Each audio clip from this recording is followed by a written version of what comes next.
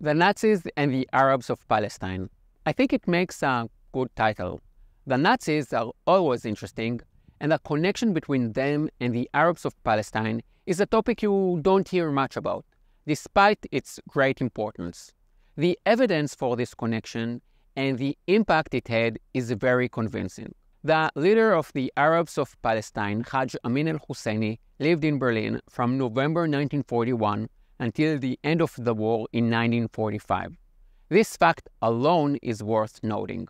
He was even given, and I know this sounds crazy, it actually is crazy, the status of honorary Aryan. You are originally from an inferior race, but after getting this award, you are part of the master race. Hajj Amin al-Husseini wasn't the only leader of the Arabs in Palestine collaborating with the Nazis. Fawzi el-Kawakji and Hassan Salam, two more leaders, were there with him, and a few Arab leaders from Iraq. I will be talking about them all. But let's start at the beginning. Initially, the Nazis didn't bother too much with the Arabs and the Muslims. Hitler was obsessed with two other races, the Jews and the Slavs.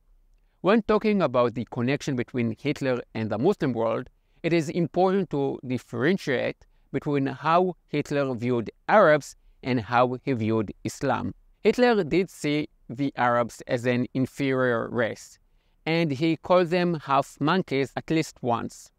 However, when it comes to Islam as a religion and a political ideology, Hitler strikes a different tone. He was fond of Islam and saw the similarities between Nazi ideology and Islam. Hitler hated Christianity, as he saw it as a weak religion, and he viewed Islam as a militant, aggressive religion that suits the Germans better. In speeches, Hitler said that the peoples of Islam will always be closer to us than, for example, France.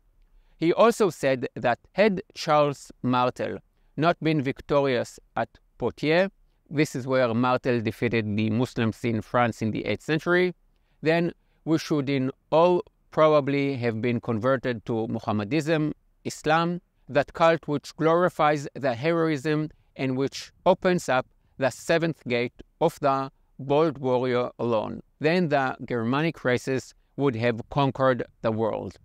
So Hitler was a fan of Islam rather than of Arabs. And when it comes to his connection with the Arab world, it is important to understand that it was based mostly on common interests, hatred of the Jews and the fight against the British in Europe and the Middle East. Now, a quick side note. Unlike my other videos, at the end of this one, I will be recommending a few books that I refer to when making this video. I also looked at Wikipedia and a page called Relations between Nazi Germany and the Arab World. It says, the cooperative political and military relationships were based on shared hostilities toward common enemies, such as the United Kingdom and France, who held colonies in the Arab world, along with communism and Zionism. Really? Shared hostilities toward common enemies such as the UK, France, communism and Zionism? So when Hitler met with Arab leaders, did he say, what do we have in common? We hate the British, the French, and who else? The Zionists. No, no, no. When Hitler met with Arab leaders, and we will soon be talking about them, the main aspect that united them was their hatred of the Jews. Not the Zionists, the Jews. Not only the Jews in the land of Israel, but all Jews all over the world. I don't want you to just take my word for it. Prove me wrong. Go and find a book and give me one single quote that shows Hitler and the Arab leaders saying something against the Zionists. It was always about their hatred of the Jews. Here are some quotes. The Mufti Hajj Amin al-Husseini said, our fundamental connection for cooperating with Germany was a free hand to eradicate every last Jew from Palestine and the Arab world.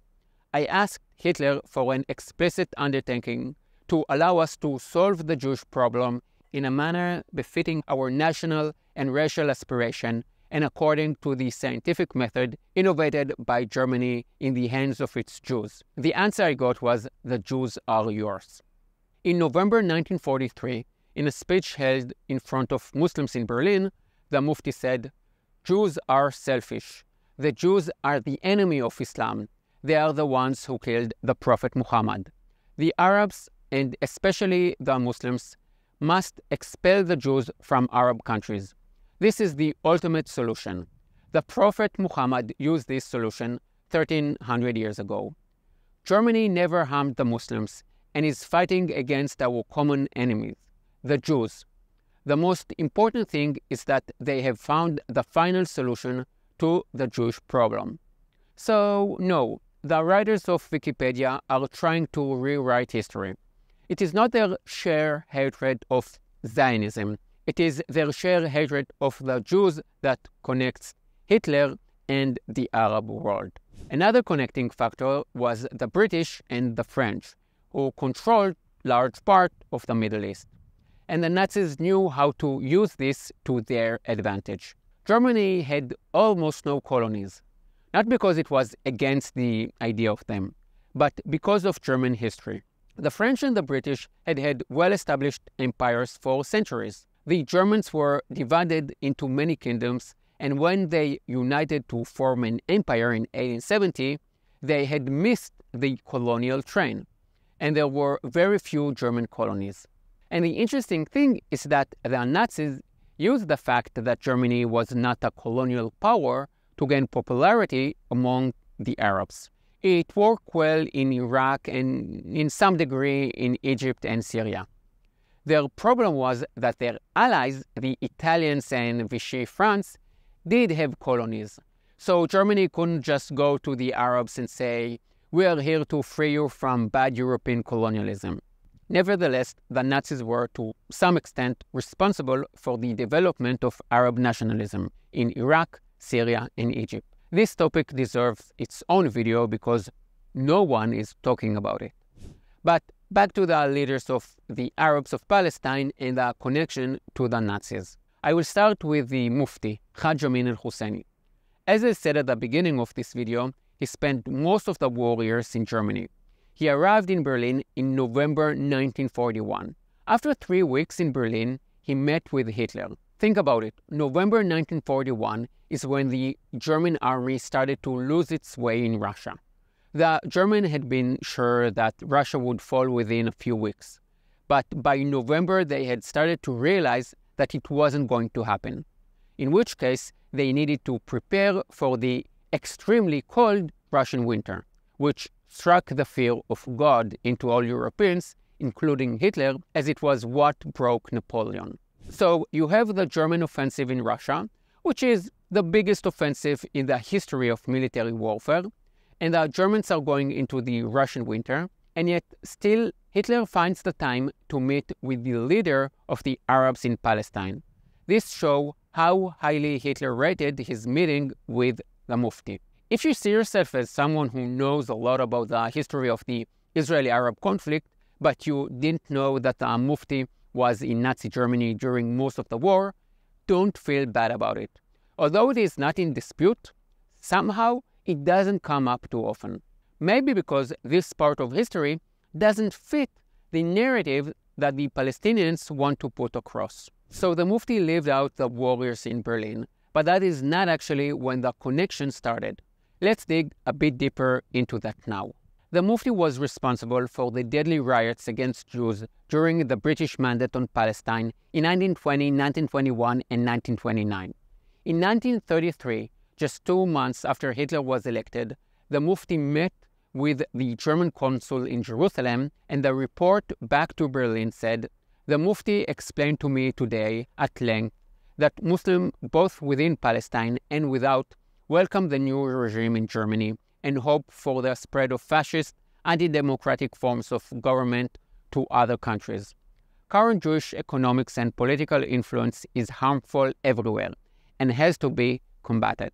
I think that this quote speaks for itself. Add to this that in 1936, the Mufti was responsible for the Arab Revolt against the Jews and the British. to finance the revolt, the Mufti and his Arab gang stole, extorted, kidnapped, and killed other Arabs. But some of the money came from Italy and Germany. The Mufti also contacted the Italians to have them help him poison the water of Tel Aviv. From Palestine, the Mufti ran away to Iraq. Iraq was locked in a power struggle between the supporters of the British and the supporters of the Nazis.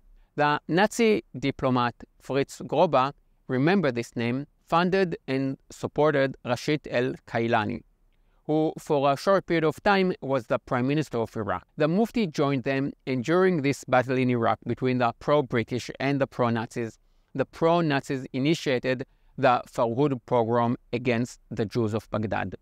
The Fuehrer pogrom is the first time that we see the effect of anti-Jewish Arab and Nazi cooperation.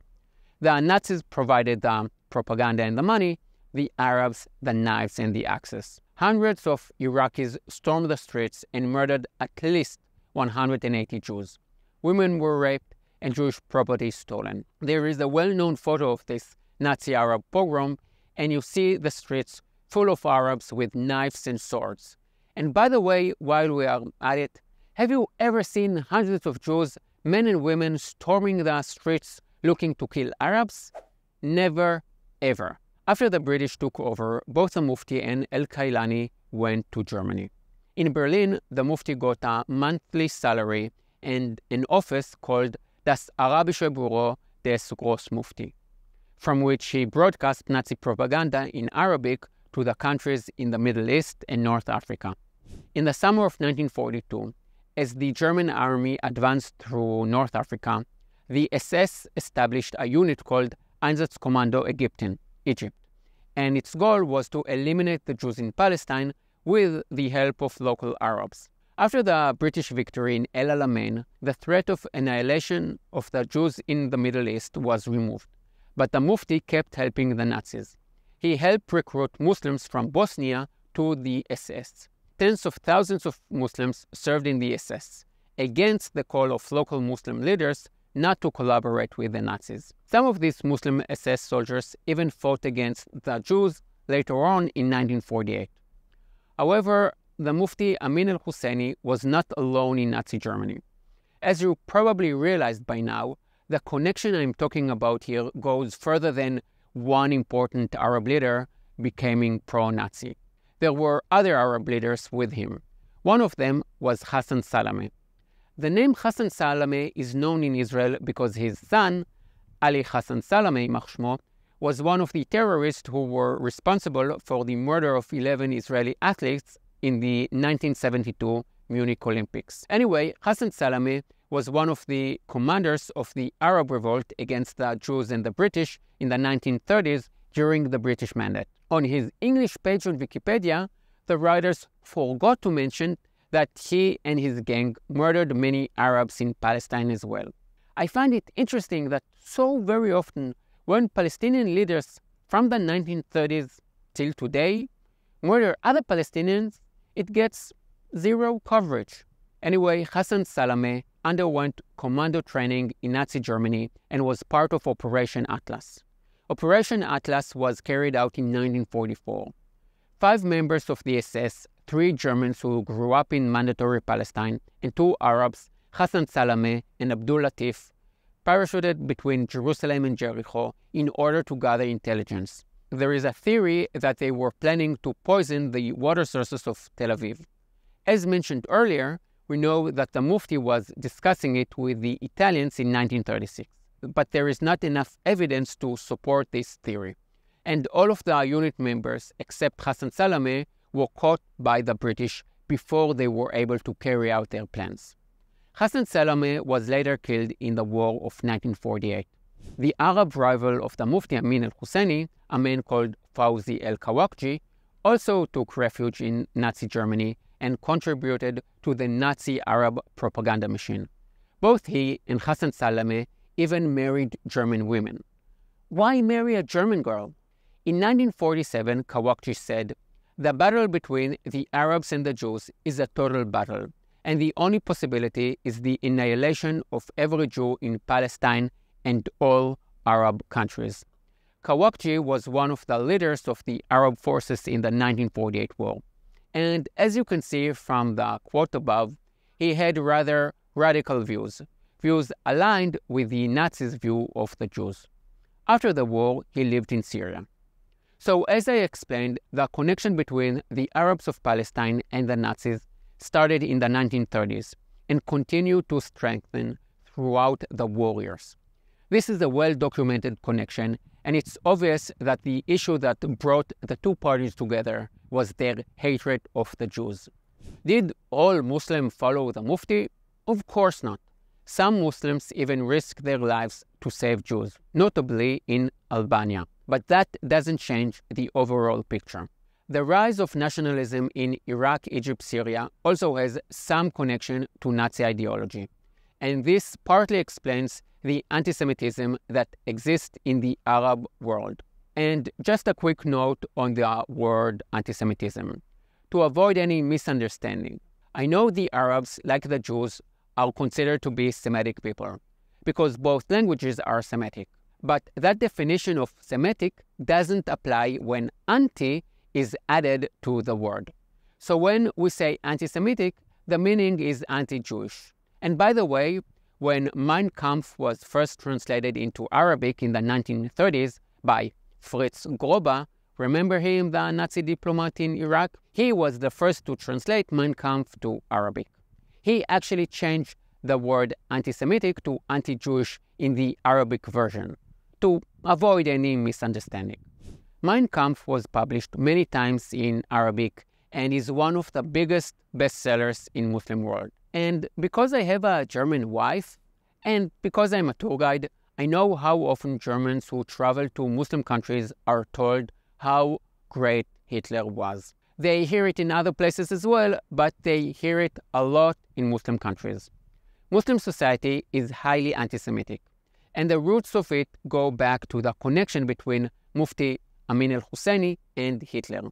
Usually, I don't give my sources because I talk about basic things that can easily be found on Google. Most of what I've said in this video is no different, but because this topic might be totally new to you, here are a few books recommendations. Some of the books can be read online. Mufti and the Fuehrer, Rise and Fall of Hajj Amin al-Husseini. Nazi Palestine, The Plans for the Extermination of the Jews in Palestine. A Genealogy of Evil. Anti-Semitism from Nazism to Islamic Jihad. I will leave some links in the description. Please help me spread the word. I'm doing my very best. Now it is your turn. There is a share button below and you can post it on your social platform accounts. Like this video, subscribe and share it. I want to thank my supporters. You keep me going.